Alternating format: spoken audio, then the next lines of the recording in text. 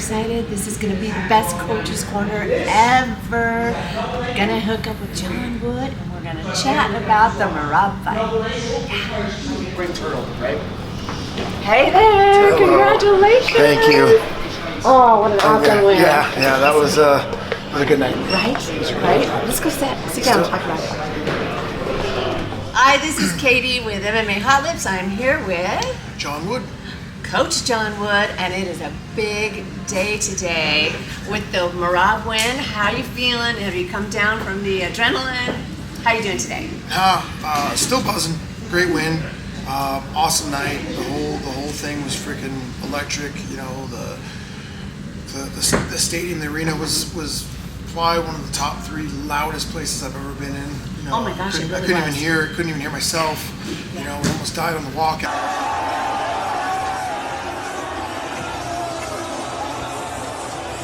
That was interesting. I was going to ask you about that. It was, you know, like the whole thing was crazy. You know, and obviously for him to go out there and do something that, you know, I've been personally talking about, probably the only one talking about it for the last year of starting to finish. And I told everybody, I said, we're going to go, you know, when we go and get these rematches and get these guys, we're going to finish these guys.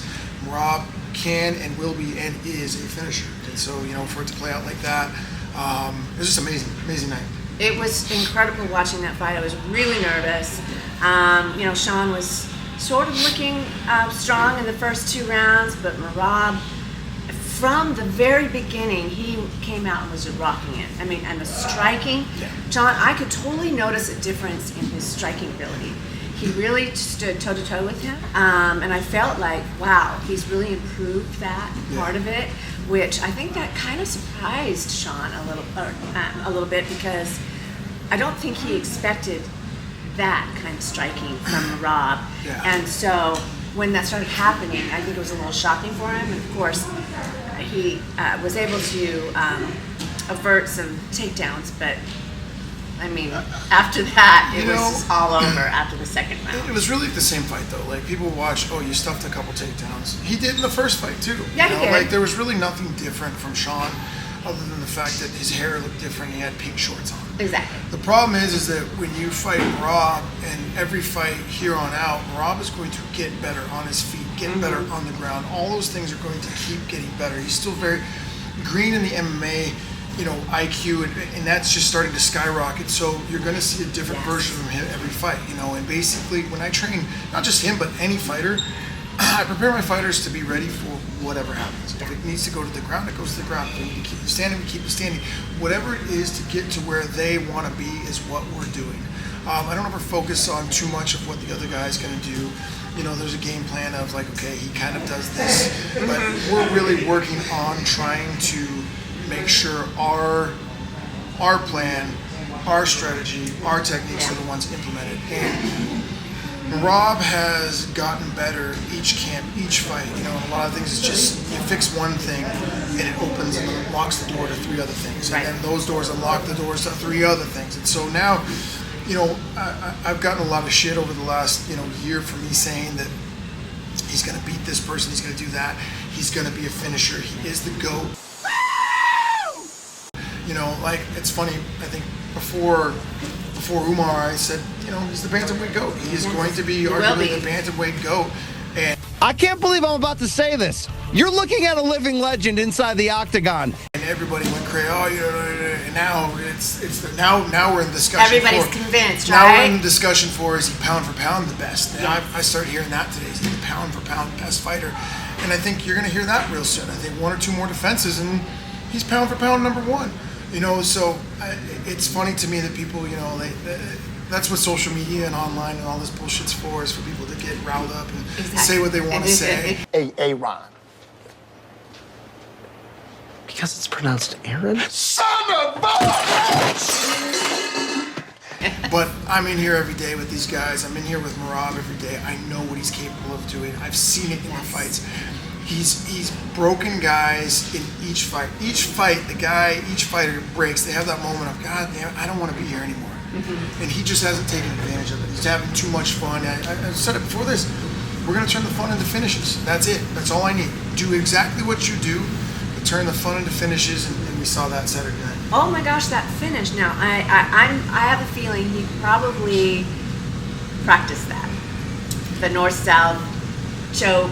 Yeah, But so he just had him twisted around, took him down, and then laid on his head. Yeah. I was so blown away. I was actually nervous for Sean, thinking, okay, there goes his head. Yeah. It was wild. I've never seen anything like it. It was original. I mean, for me, it was original. I've not seen it. It's and the for machine him choke. to do it, right? It's called the machine choke now. He just invented it. It was a north-south ninja choke modification, guillotine modified. Like, so I don't know that there is a name for it. So we're gonna go with the machine choke on that one. And yeah, there's moments in the first time they fought where I think Rob could have finished him, and there was moments in this one, and it really that technique is something I've seen him do on the mats. I've seen him do it in jiu-jitsu. I've seen him do it. I'll tell you this, it's not something that we went over as a, hey, here's what's going to happen. He kind of created that on his own process there during that moment. We've been working a lot of rear naked. We've been working a lot of guillotines. We've been working a lot of head and arm chokes. Just the option. Really, all I needed him to do is to start seeing, hey, this dude's neck is going like this. Hey, this dude's turning away. Hey, this dude doesn't want to be there anymore. So go ahead and start taking it. And I even said before in another interview that Sean's hard to finish. He's never been finished. But that doesn't mean we shouldn't be trying. It doesn't mean we shouldn't be attacking these chokes, because that's just one more layer of the onion that these guys have to try to peel back to defend, to get tired, to get exhausted. Because not only are you a guy that's ragdolling you, throwing you around, beating the shit out of you, but now he's trying to submit and pop your head off. It makes it that much more tired. It makes it that much more hard. It makes it that much more dangerous for the other guy. And so you're going to see, the machine turn into the finisher. You really will. You really will see him break guys. And I'll say it right now. In the next year, you're going to see him get a knockout. You're going to see him get a TKO. You're going to see him get a ground and pound finish. I guarantee. He gets one or two more title defenses. I think there's not even a question. He defends one more time, especially against Sandhagen. There's not even a question. Right. But there is really nobody who has the resume of the level of fighters that he's beat. Nobody. I agree. And you've heard the term iron sharpens iron, right? You have so many great fighters under your wing here. You've got Aljo, you've got Khalil, and so many other pros. Do you feel like that is a great advantage of being able to sharpen each other and their skills and being able to train together? Do they help each other? Oh, yeah. Really figure out. Aljo probably had a really big part in there. He was in huge the corner part with you guys. It's amazing. We have one of the best, I think, teams in the world right now. We have, when I say team, I mean team. We are a family here. We have a culture, a gym team culture. That's something we've built for the last few years, where everybody here is helping. We don't have big egos here. We don't have assholes. Everybody's helping. Aljo trains a lot of different places and floats around, but he's always here for Merab. Yes. And he is a key factor. And I told him the other night, Saturday, after that we wouldn't be winning like we are if it wasn't for him. The time he puts in, the friendship that those guys have, and the time he puts in to Merab, to making sure that he wins the fight, it's amazing, And the fight, I'll tell you this, their warm-up before the fight, and I've been seeing this for years now, is way harder than any fight Merab's had. Way harder. The fight that Aljo and Merab have in the back, we're all sitting back there for Aljo. Cringy, don't get hurt. Oh my god. It is horrific. And I do that with him every day on the pads, but I got pads on. Yeah. And even though most of the time Rob's aiming at my head, it's my job. I've got something soft to catch it. But when they, I'm not kidding. God's honest. He fights Aljo harder in the back than he does any of these guys that he gets on the cage with. So the fight, and not only does that, which blows me away, he does a hard 5 rounds in the back and then goes out there and makes it look easy in the fight. It's crazy. It's crazy what this guy does. And that's why they call him Machine. And so, like I said, for Aljo, man, such an amazing friend and teammate. He has a big part in why Merab has such good success. Yeah, I could totally see that. And I love the fact that Merab called you all up, all together, raising the hand as a team. It's such a family. I love that about Syndicate MMA and how amazingly close you are. And there's really no egos here. Yeah. Everybody's friends, everybody's friendly, and it's a great gym. Yeah. I'm sure he's privileged to be here and happy to be here. Yeah.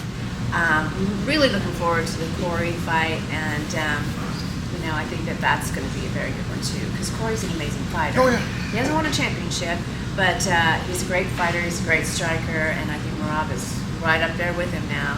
So that should be a good fight. If he takes it, I don't know if it's official. There's Is nothing, it official? there's nothing official yet. It's not I can't official, imagine. They were thinking. I can't imagine that's not the guy that's Yeah, next. he's number 4, right? You never know with the UFC. He's the next guy.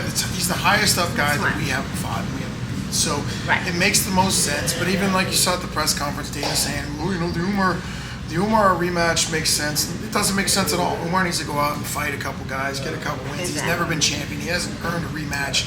He hasn't done anything. So that dude needs to take a step back to go win some fights.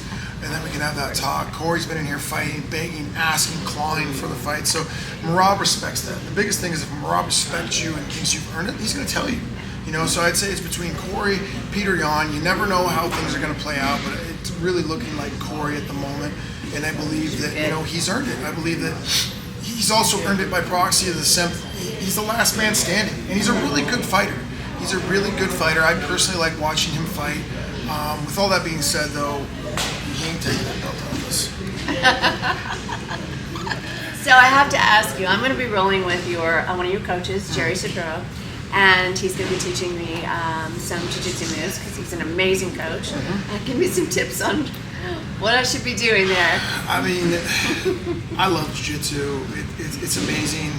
I think it was my first love. So enjoy it. Be prepared for some ugly bumps and bruises, along the way. But Jerry's an awesome coach, man, and you'll have a great time learning from him. But just enjoy it. It's one of those things that is the best and worst feeling that you'll ever have. I remember coming up in the beginning of my jiu-jitsu career, I'd leave the gym some days happy as could be, the next day is crying, banging the steering wheel, going, oh my God, this is terrible, I hate it, why do I do this? But it's really awesome, I suggest everybody, have your kids, have your wives, have everybody get into jiu-jitsu. It's a life changer. So true. That's a great sport, and with me doing that should be really interesting.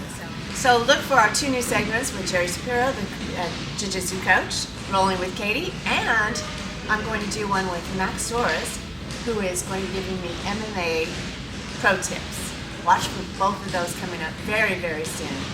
John, thanks so much for being here. Loved it. Have a great day. Come off that high and enjoy a little bit of rest. You deserve it. None at all. I'm actually jumping on a plane tonight, headed back to New York. So. Nice. All right. Well, tell Merab hi and congrats. All right. Thanks. Thank you so much for watching. Make sure if you like this video to subscribe, hit the like button and the notification button so you get every video launched. MMA Hot Lips out.